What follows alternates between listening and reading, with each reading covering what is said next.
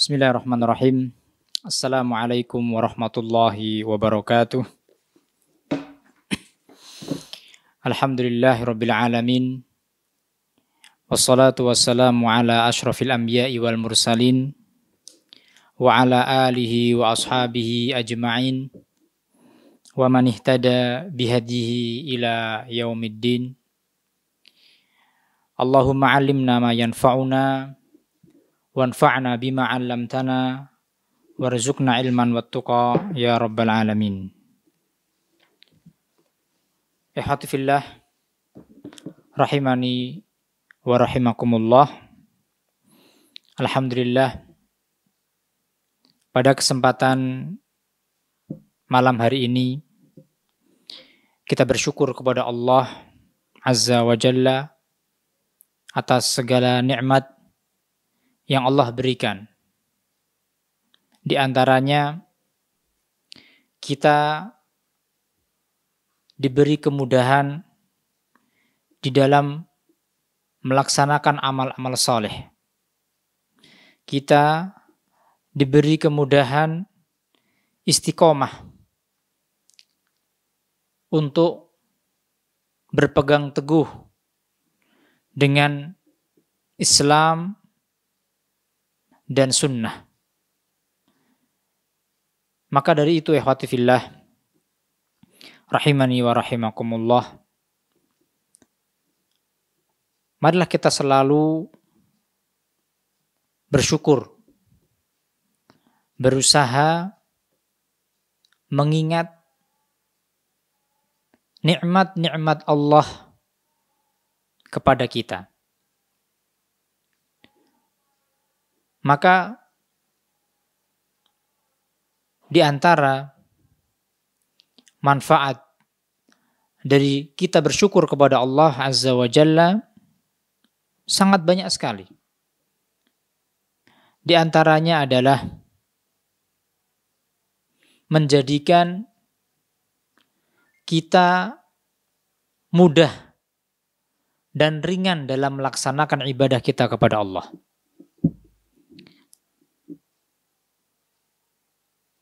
Dengan kita bersyukur, kita akan mudah melaksanakan ibadah. Dikarenakan ikhwati fillah, seseorang yang bersyukur, dia akan bisa membandingkan hakikat yang sebenarnya, yaitu tentang betapa banyaknya kebaikan serta nikmat yang Allah berikan kepada kita dibandingkan dengan kebaikan atau amal ibadah yang kita lakukan. Ini diantara manfaat kita bersyukur ikhwati fillah. Maka diantara amal soleh yang sedang kita lakukan adalah dengan kita belajar, mempelajari ilmu agama, menghadiri majelis ilmu dengan wasilah apapun. Maka seseorang ikhwati fillah akan merasakan mudah di dalam dia melaksanakan amal ibadah ini ketika dia mampu benar-benar bersyukur, mampu benar-benar berterima kasih kepada Allah Azza wa Jalla atas nikmat yang Allah berikan.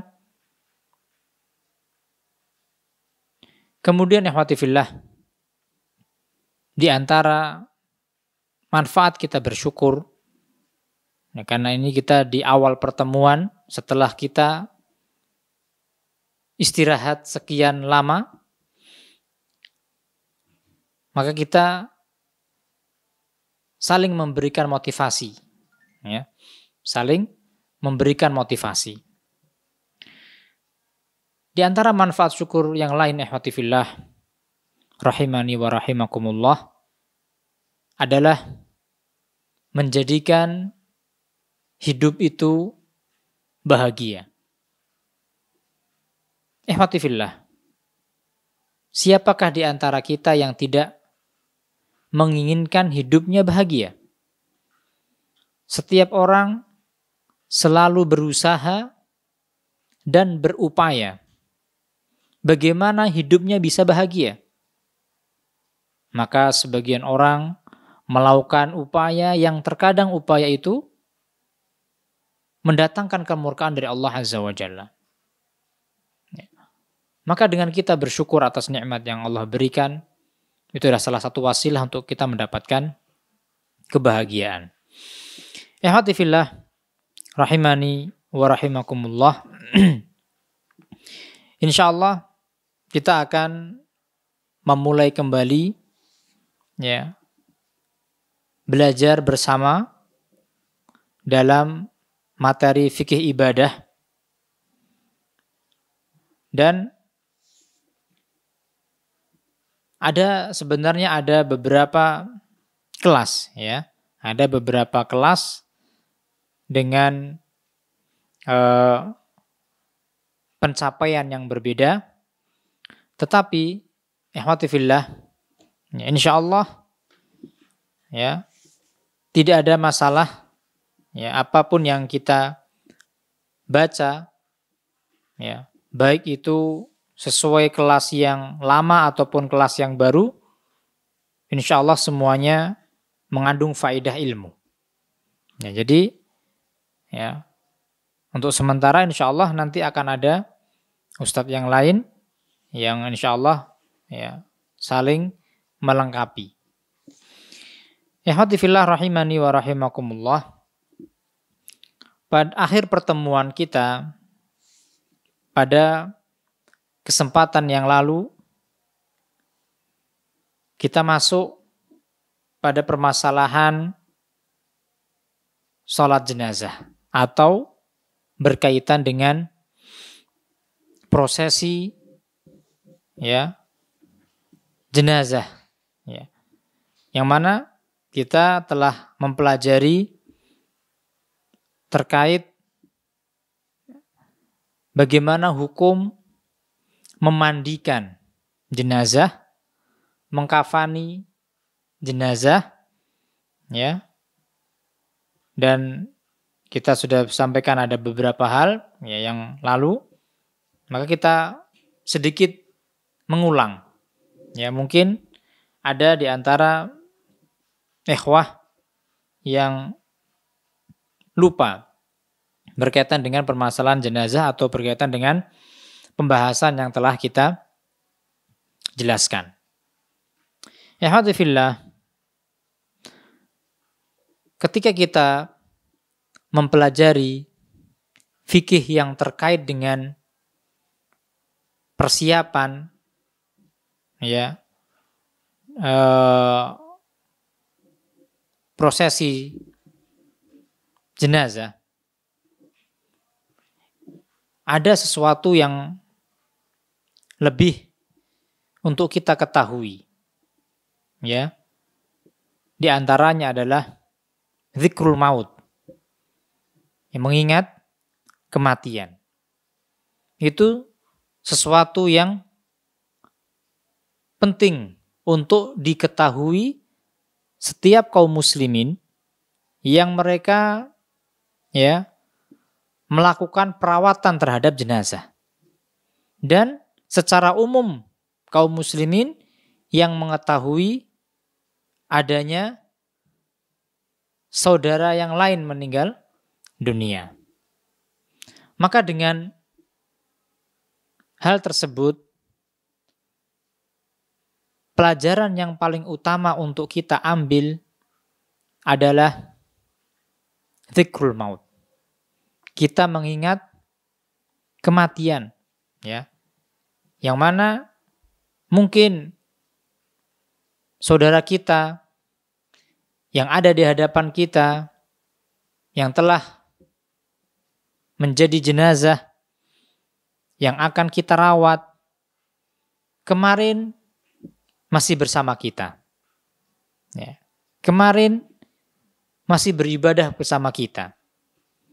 Ya, masih bersendakuro bersama kita.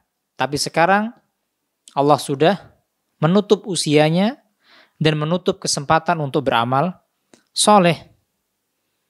Sehingga ikhwati fillah, Ya, ketika kita mendapati hal tersebut, ya ada saudara kita yang meninggal dunia, atau ya kita diminta untuk merawat jenazah, maka hal terpenting adalah kita mengingat kematian tersebut sehingga kita bisa memperbaiki diri.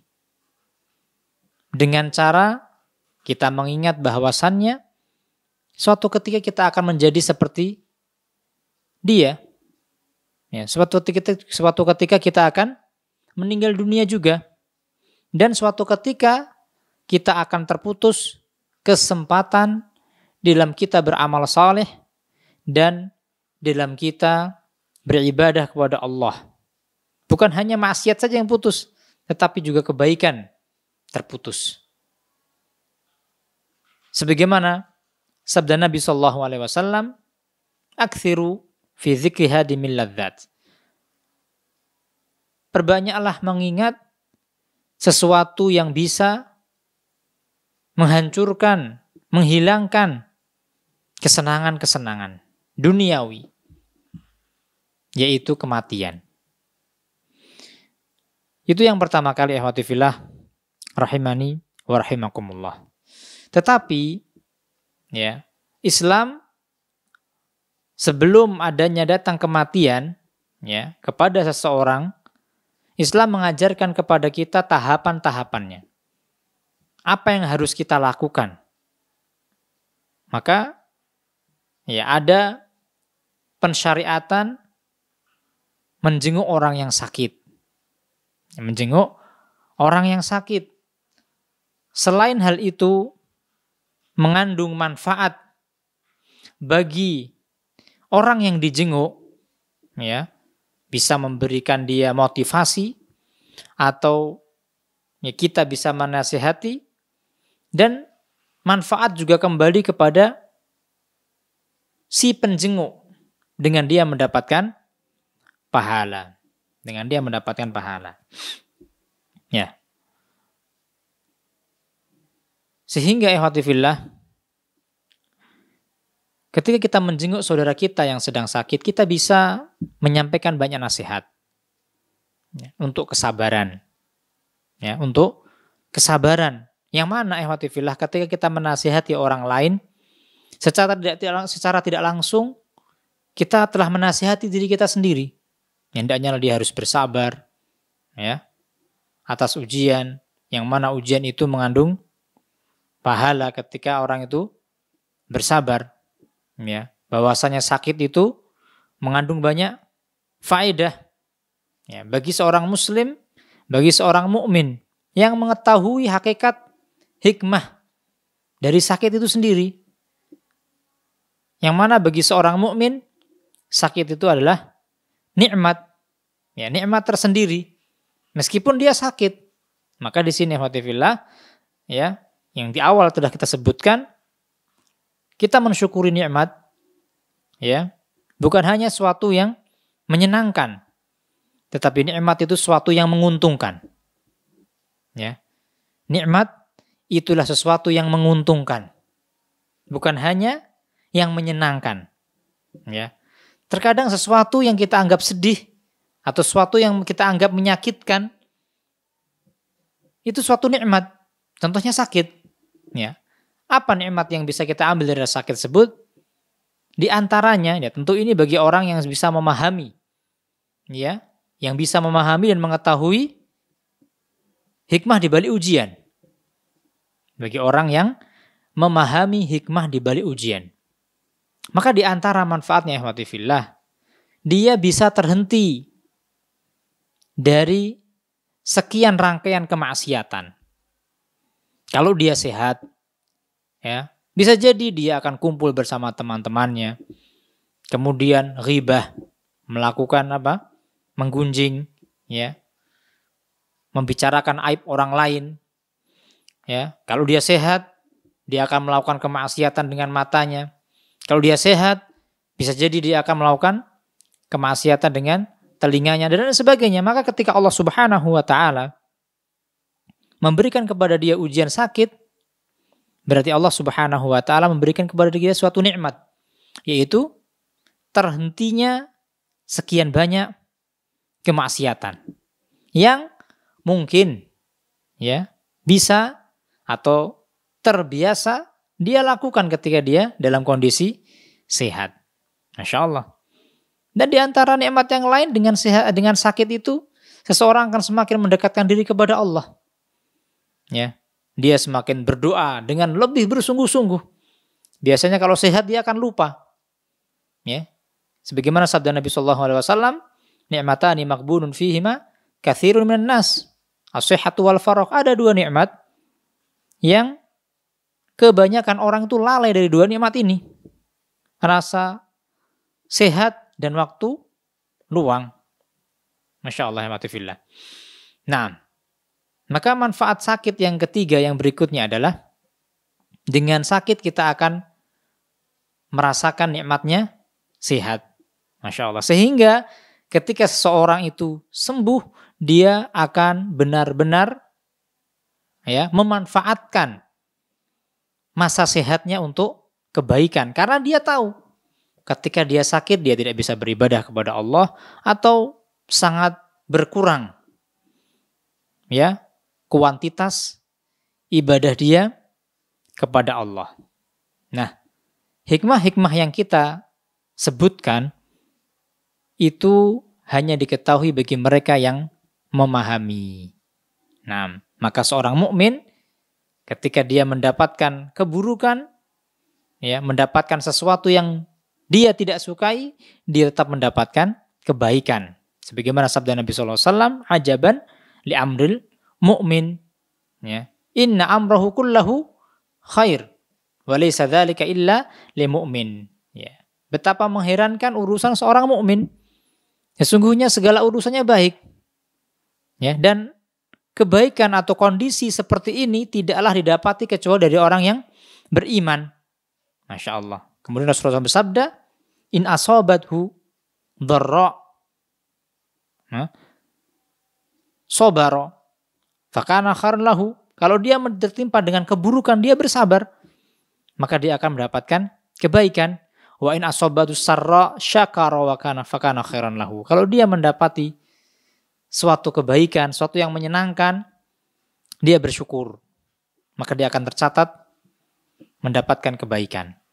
Terutama pada masa sekarang ini, hamatifillah, Allah menguji hambanya. Ya. Semuanya dengan ujian. Ya, baik ujian badan, sakit, ya, atau ujian harta.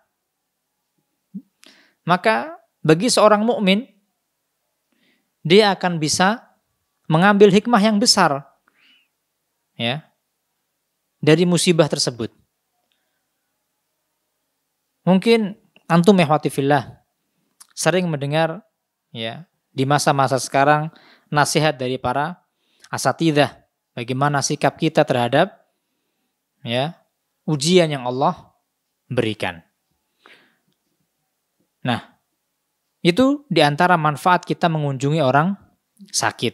Selain memberi manfaat bagi orang yang sakit dengan kita menasihati, dengan kita mengingatkan untuk sabar, dengan kita membesarkan hatinya, adanya pahala di balik sakit, adanya penghapus dosa di balik sakit, itu sekaligus juga mengandung manfaat bagi kita yang menjenguknya. Selain kita bisa menambah rasa syukur, alhamdulillah, ya saya masih dalam kondisi sehat, sehingga kita bisa ya melakukan banyak aktivitas kebaikan. Ya, fulan yang sekarang diuji dengan rasa sakit, dia hanya bisa terbaring di tempat tidur. Ya, tidak bisa sholat berjamaah, tidak bisa melakukan puasa-puasa sunnah, qiyamul lail, atau qiraatul Quran umpamanya, ya. Atau amal soleh yang lain yang hanya bisa dilakukan oleh orang-orang yang sehat. Nah, maka dari itu ketika seseorang menjenguk orang sakit, dia akan melihat betapa Allah Subhanahu wa taala memberikan kepada dia suatu nikmat yang besar. Nah, begitu juga ikhwati fillah. Ya, ini muqaddimah dalam permasalahan kitab janaiz, pembahasan tentang jenazah. ya, hukum-hukum tentang jenazah. Ya. Kita juga disunahkan ketika kita menjenguk orang sakit dan dia dalam kondisi sakaratul maut, ya, kondisi di penghujung hidupnya, maka kita sebagai saudara seiman disunahkan untuk mentalkin, ya, untuk mentalkin, yaitu mengajari orang tersebut mengucapkan kalimat thayyibah. Sebagaimana sabda Nabi sallallahu alaihi wasallam, nah, lakinu mautakum la ilaha illallah. Ya. Talkinlah orang yang hendak meninggal dunia di antara kalian dengan ucapan la ilaha illallah. Masya Allah. Ya, jadi kita, ini suatu manfaat tersendiri. Ya, kita membantu saudara kita untuk bisa mengucapkan kalimat thayyibah. Tentu ikhwati fillah, kalau kita berada di posisi saudara kita yang sedang sakit, yang sedang melawan, ya, rasa sakitnya, atau bahkan dia sedang berada di penghujung hidup, dia ingin ada orang-orang yang membantunya. Karena rasa sakit ketika sakaratul maut itu sangat pedih, ya, yang menjadikan orang lalai, menjadikan orang terkadang melakukan sesuatu di luar kesadaran, ya, di luar kesadaran. Sehingga di sini ikhwati fillah rahimani wa rahimakumullah, ya, kita, ya, membantu saudara kita untuk mengucapkan la ilaha illallah. Sudah itu saja. Ya, kita bantu untuk dia mengucapkan kalimat thayyibah la ilaha illallah. Ini mentalkin. Masya Allah. Ya, dan kita berusaha menenangkan keluarganya. Ya, kita menenangkan keluarganya dalam kondisi seperti ini. Memang, ya, mereka bersedih karena dibayang-bayangi dengan perpisahan. Tetapi, ya, kita perlu fahamkan ada sesuatu yang lebih penting, yang itu bermanfaat bagi dia dan bermanfaat bagi kita. Yaitu pertama dengan kita bersabar, tenang, kemudian kita, ya, membantu untuk mengucapkan la ilaha illallah. Dan kita harus fahamkan juga, ya, kepada saudara kita dari keluarganya, ya, bahwasanya kematian adalah suatu yang biasa dan suatu yang pasti. Sebagaimana kita ketahui, kullu nafsin dha'iqatul maut. Ya, siapapun yang hidup, siapapun yang bernyawa akan mendapatkan kematian. Nah, ikhwati fillah rahimani wa rahimakumullah. Setelah saudara kita meninggal dunia, ya, disunahkan untuk memejamkan matanya. Ya, memejamkan matanya kalau mata itu terbelalak. Karena disebutkan dalam sebuah riwayat, mata itu mengikuti keluarnya ruh. Ya, mata mengikuti keluarnya ruh. Dan setelah itu kita bersegera di dalam merawat jenazah hingga menguburkannya. Ini ikhwati fillah rahimani wa rahimakumullah, apa yang seharusnya kita lakukan terhadap saudara kita. Dimulai ketika dia sakit, ya, kemudian ketika sakaratul maut, dan bagaimana sikap kita ketika menjenguk, dan sikap kita kepada keluarga yang tertimpa musibah, dan bagaimana kita bisa mengambil hikmah di balik musibah tersebut. Kemudian, ikhwati fillah rahimani wa rahimakumullah, kita masuk pembahasan yang berikutnya. Ini murojaah. Ya, ini mengulang dari pembahasan yang lalu. Berkaitan dengan memandikan mayit dan tata caranya. Apa hukum memandikan mayit? Ikhwati fillah rahimani wa rahimakumullah. Secara umum, perawatan jenazah hukumnya fardu kifayah. Secara umum, perawatan jenazah itu hukumnya fardu kifayah. Apa arti fardu kifayah? Ya, apa arti fardu kifayah? Ya. Sebagian orang mengartikan fardu kifayah apabila telah dilakukan oleh sebagian orang, maka gugur kewajiban bagi orang lain. Begitu ya. Itu yang umumnya dipahami oleh sebagian saudara-saudara kita. Tetapi pemahaman yang lebih tepat terhadap makna fardu kifayah adalah ya disebutkan oleh para fuqaha, idza qama bihi man yakfi saqatal itsmu 'anil baqin. Apabila ada sekelompok orang yang telah melakukannya dan dianggap mencukupi, nah di sini ada kalimat telah mencukupi, maka gugur kewajiban bagi yang lainnya. Itu sesuai dengan namanya. Fardu kifayah, arti kifayah itu suatu yang mencukupi. Nah, berarti kalimat mencukupi ini relatif. Ya, karena fardu kifayah itu tidak hanya pada perawatan jenazah saja. Di sana ada beberapa syariat Islam yang memiliki hukum asal fardu kifayah. Ya. Begitu juga di antaranya adalah perawatan jenazah ini. Ya, hukum asalnya adalah fardu kifayah. Apa arti fardu kifayah tadi? Yaitu apabila sudah ada ya sekelompok orang yang mencukupi ya untuk melakukan kewajiban tersebut, maka gugurlah ya kewajiban dari orang lain. Kalau belum mencukupi, maka belum gugur. Kewajiban bagi yang lain belum gugur. Harus sampai mencukupi. Contohnya ya dalam permasalahan jenazah. Memandikan jenazah. Kira-kira butuh berapa orang? Ya. 1 orang cukup tidak? Oh, belum. 2 orang?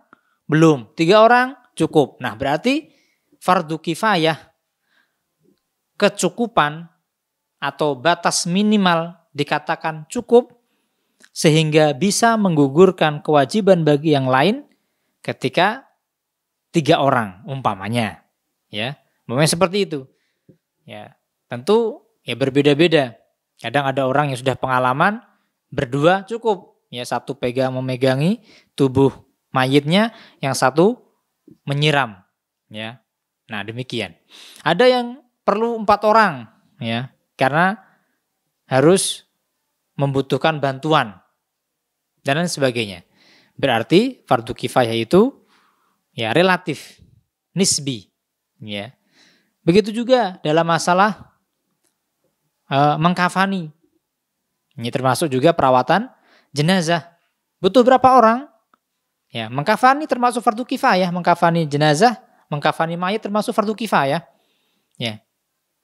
Butuh berapa orang? Oh, butuh 2 orang umpamanya. Kalau 1 sangat sulit umpamanya. Ya, atau 1 udah cukup. Ya. Seperti itu ikhwati fillah. Mengangkat jenazah, ya, kemudian sampai menguburkan. Ya. Jadi sekali lagi ikhwati fillah rahimani wa rahimakumullah, perawatan jenazah itu hukumnya pada asalnya fardu kifayah. Ya. Sekarang kita masuk pembahasan tentang masalah memandikan mayit. Ya. Apa hukum memandikan mayit? Apa hukum memandikan mayit? Ibaratnya, apa hukum mayit ini mandi? Nah, seperti itu ya. Bukan orang yang memandikan. Kalau orang memandikan sudah jelas tadi fardu kifayah, orang yang melakukannya, ya.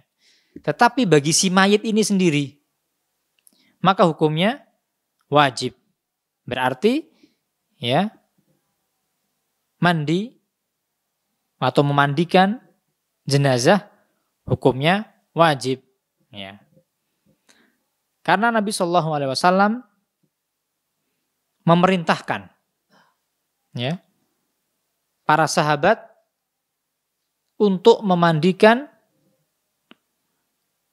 jenazah yang dia dalam kondisi berihram, yang qadarullah meninggal dunia dengan cara terinjak oleh kendaraannya, yaitu unta.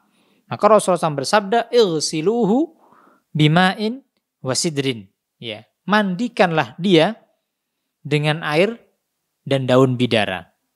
Berarti ayat ini, hadis ini, ikhwati fillah, menunjukkan kepada kita tentang wajibnya mandi jenazah. Wajibnya mandi jenazah. Mandi jenazah itu maksudnya mandinya jenazah tersebut. Tentu jenazah tidak bisa mandi sendiri. Perlu bantuan kita yang memandikan. Ya. Adapun siapa yang berkewajiban memandikan, nah ini hukumnya fardu kifayah. Berarti siapa saja, ya, siapa saja. Tentu nanti akan kita jelaskan ada urutannya. Orang-orang yang berhak memandikan jenazah. Ya. Ini dalil yang pertama terkait tentang wajibnya mandi jenazah. Ya. Begitu juga sabda Nabi Shallallahu Alaihi Wasallam berkaitan dengan putri beliau Zainab radhiyallahu taala anha wa ardhaha ketika beliau meninggal dunia. Maka Rasulullah SAW bersabda kepada para wanita, ya, igsilnaha salatan. Ya, mandikanlah dia sebanyak 3 kali basuhan. Au khamsan au sab'an. Atau 5 kali atau 7 kali. Nah. Ihwati fillah rahimani wa rahimakumullah. Kemudian pembahasan berikutnya berkaitan dengan siapa yang paling berhak memandikan jenazah. Dalam hal ini, Islam memberikan kepada kita arahan, ya, dan aturan. Di mana, bagaimana, dan siapa. Dikarenakan memandikan jenazah memiliki hukum keterkaitan dengan kehormatan. Ya, memiliki keterkaitan hukum dengan kehormatan seorang muslim. Ya. Sehingga dalam hal ini Islam memberikan kepada kita arahan. Yang memberikan kepada kita arahan, petunjuk tentang siapa yang berhak memandikan jenazah. Ya. Di antaranya, ya, orang yang berhak memandikan jenazah lebih diutamakan memiliki sifat, ya, yang akan kita sebutkan. Jadi orang yang diutamakan memandikan jenazah adalah yang memiliki sifat-sifat berikut. Di antaranya yang pertama orang yang thiqah, terpercaya. Orang yang adil. Ya. Kemudian orang yang mengetahui tentang hukum memandikan jenazah. Ya, orang yang terpercaya, orang yang adil. Kenapa demikian? Dikarenakan dia bukan orang yang suka menyebarkan aib orang lain. Sebuah fenomena yang menyedihkan, ikhwati fillah. Ada orang yang memandikan jenazah tetapi dia tidak bisa menjaga rahasia. Bisa jadi pada mayat tersebut memiliki cacat. Yang mana si mayit menyembunyikan selama hidupnya. Tetapi qadarullah dia dimandikan oleh orang yang kurang terpercaya. Sehingga malah menyebarkan aib atau keburukannya. Ya, tentu kita, kalau kita berada di posisi mayit tersebut, kita sangat ingin dimandikan oleh orang-orang yang terpercaya. Ya, selain dia juga faham tentang ilmu, tentang tata caranya, bagaimana memandikan jenazah secara syar'i, bukan hanya disiram, ya, air, ya, bukan hanya disemprot, ya, ambil mudahnya dicelupkan saja umpamanya. Ya, tidak demikian, tetapi memiliki urutan dan ilmunya.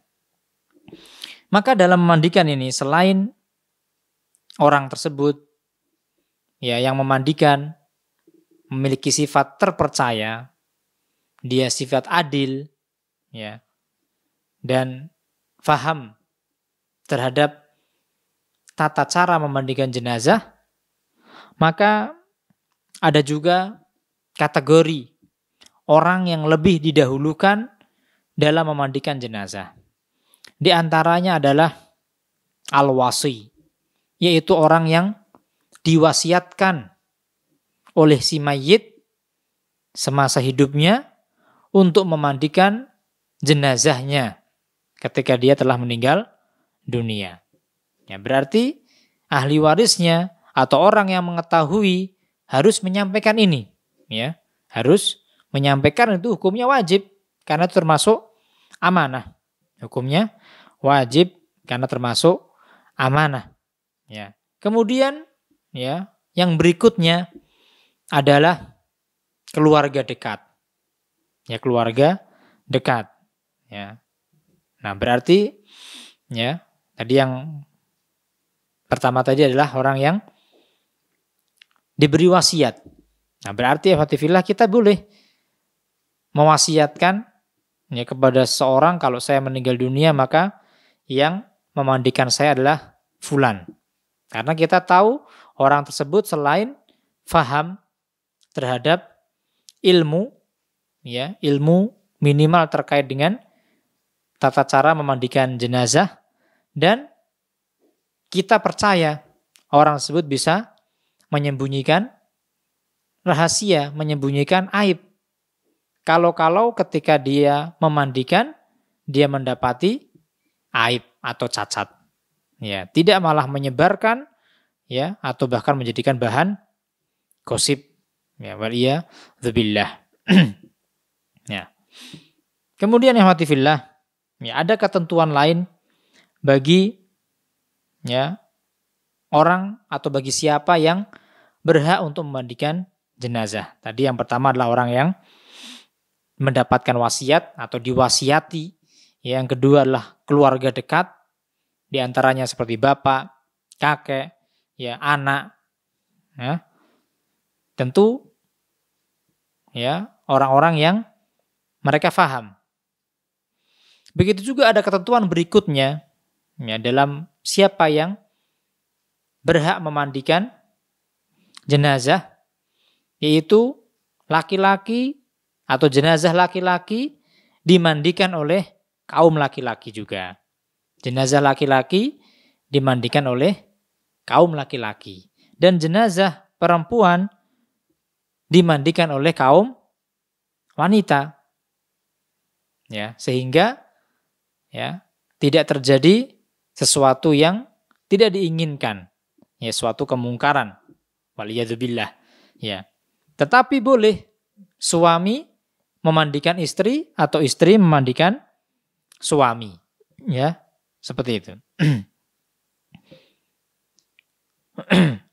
Begitu juga laki-laki atau perempuan, ini ketentuan yang berikutnya.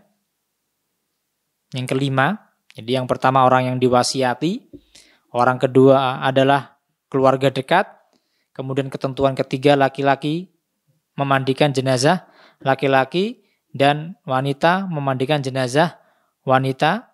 Yang kelima, berarti yang keenam, ya. Yang kelima adalah dibolehkan suami istri, ya, untuk memandikan jenazah masing-masing dari keduanya. Dan ketentuan yang keenam adalah diperbolehkan bagi laki-laki ataupun perempuan memandikan jenazah anak kecil yang berumur kurang dari 7 tahun, ya, yang kurang dari 7 tahun. Nah,